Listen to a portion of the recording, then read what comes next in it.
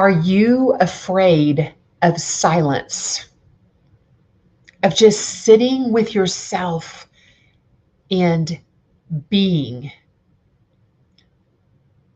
of sitting in prayer or meditation, maybe with a journal, writing your innermost thoughts, feelings, ideas? Is this a daily practice that you have in your life? For me, I think for a long time, I was actually afraid of the silence. You may be thinking, Lisa, I'm not a little kid. I'm not afraid of the dark. Like, what are you talking about? Friend, we live in a world of noise, distraction, and overstimulation. Think about it. We wake up in the morning, and what is the first thing that most people do? They grab these. I used to. First thing they do is grab their phone. Maybe they start scrolling social media, maybe clicking on their emails, responding to texts. First thing in the morning, our brain starts to get overstimulated and stimulated with requests, demands, comparison, looking at other people's lives and feeling jealous or sad or longing or inadequate. We live in a world of noise, and it's not healthy for our soul. It's not how we were created. And the problem is that this world of noise that we live in wants to take us away, as far away as it possibly can, from our true, authentic selves. It wants to take our minds, our emotions, our innermost thoughts and desires, wants to take them captive. And if we are relaxed and just going with the flow of picking up our phones, responding, and just living in a reactive state, we are giving that power away. So today I want to talk to you about a few tips, simple tips that I've learned to do to take my power back, to take my soul, my time, to create an intentional daily practice of silence. A few years ago, I started walking through a really, really difficult personal situation. And when you're going through something hard or heartbreaking, or just you feel blindsided by something in life, it's like the emotion of trauma can come into your body. And so often our response mechanism is to stay busy, right? Stay on our phone, stay on social, load up our calendar, dash out the door. If I can just stay busy, I won't have to feel the feelings. I won't have to feel all the feels, because I don't want to feel the feels right now because they don't feel good. And I was a victim of that until I began to wake up and see what was happening.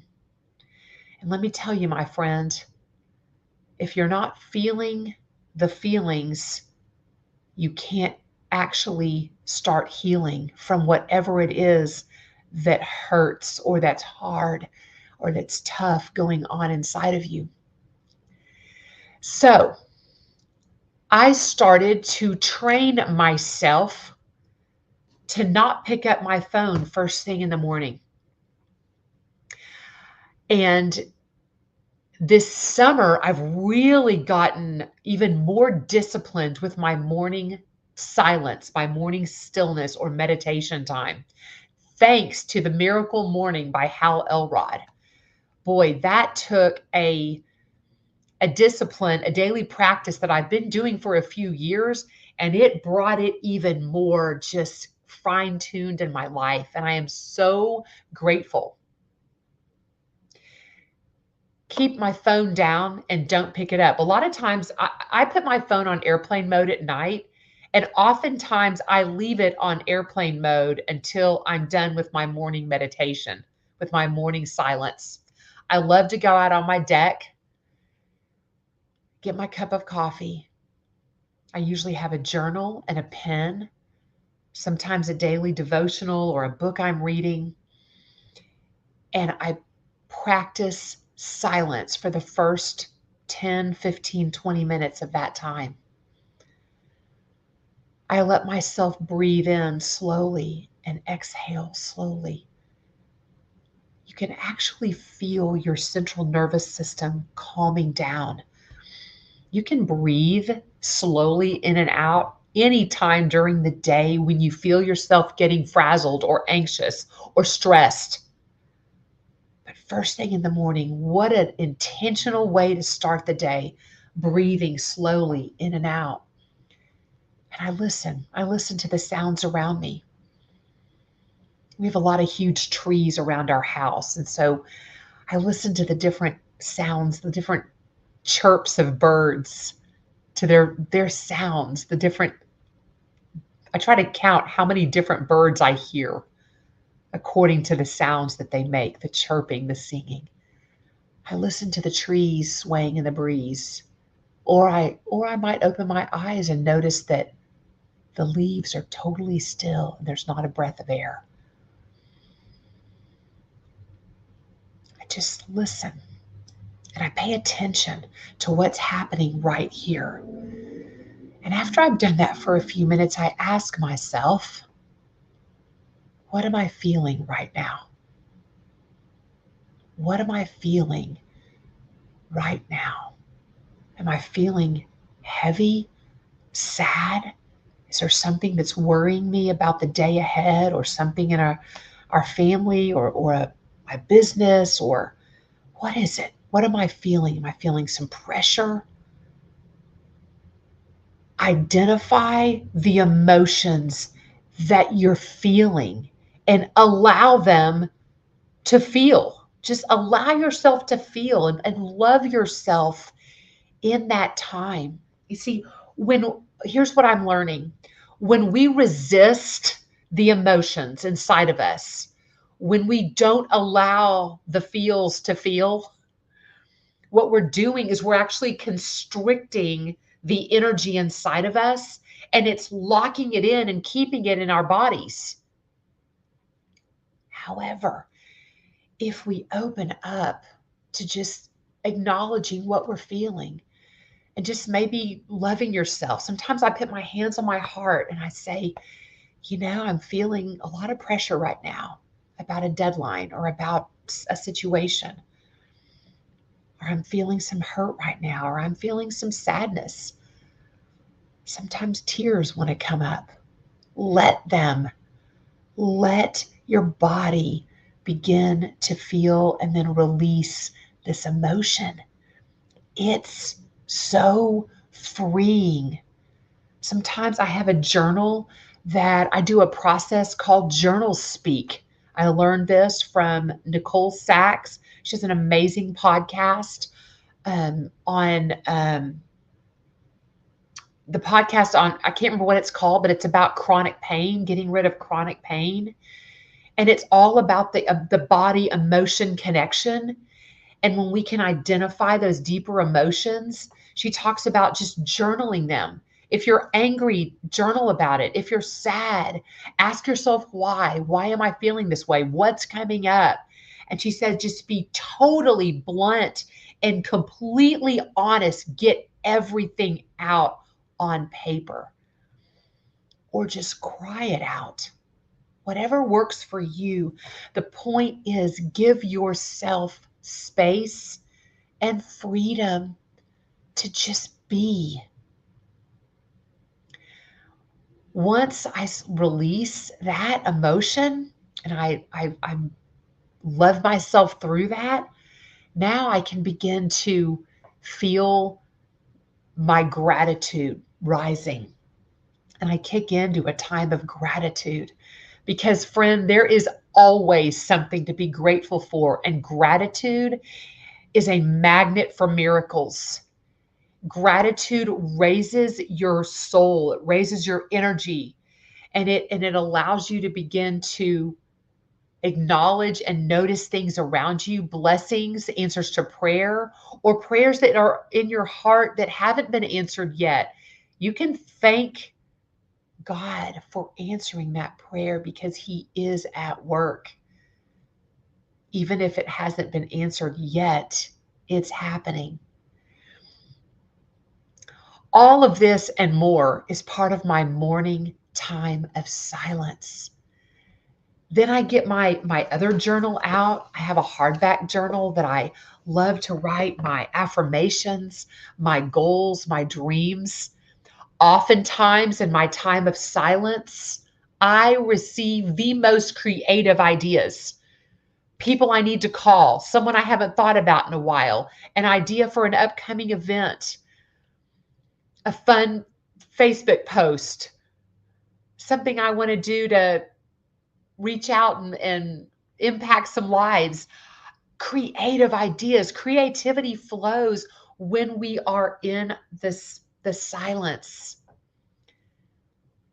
You see, when we can set aside, push pause in that morning time, even if you have to get up 15 or 30 minutes earlier, I promise it is worth it.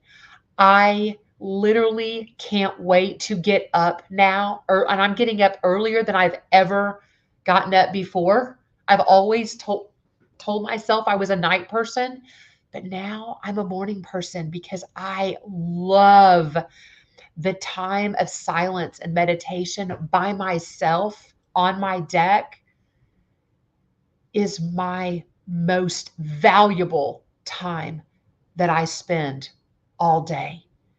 You see, friend, it is in the being, not the doing, that is going to help you create the life you desire, that is going to help you love yourself so well and begin to uncover the layers of life that have covered up this beautiful soul that's inside of you.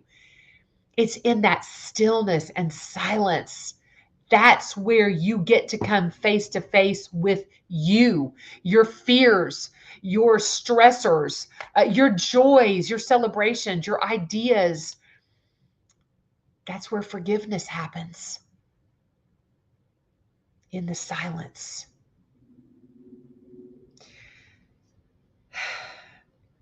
In the silence, you connect to the truth of who you are. And when you connect to the truth of who you are, that is where the magic begins to happen. Remember, feeling your feelings is the beginning of healing. So if you're holding on to something hurtful or painful, feeling the feelings is the beginning of healing. I do a lot of teaching and training on that. My sister and I we've spent about the last 4 months putting together an online course called Authentic You. And we dive deeper into the inner self, the inner soul, and how to sort of start peeling back the layers, right, of our past, of our stuff, of life, of other people's expectations, of people pleasing, of painful life situations that have happened, of disappointment, of failure. Because it's when we peel those layers back that we start to uncover this vibrant woman, this vibrant human that we were created to be. So that's inside of our online course, Authentic You. We've also been putting together, we are launching and opening registration for a new sisterhood of beautiful, like-minded, mojo-making midlife women. We call it the Thrive Sisterhood, because my sister and I are all about equipping and inspiring women to thrive, body, mind, soul, and emotions in every way. See, we're all interconnected.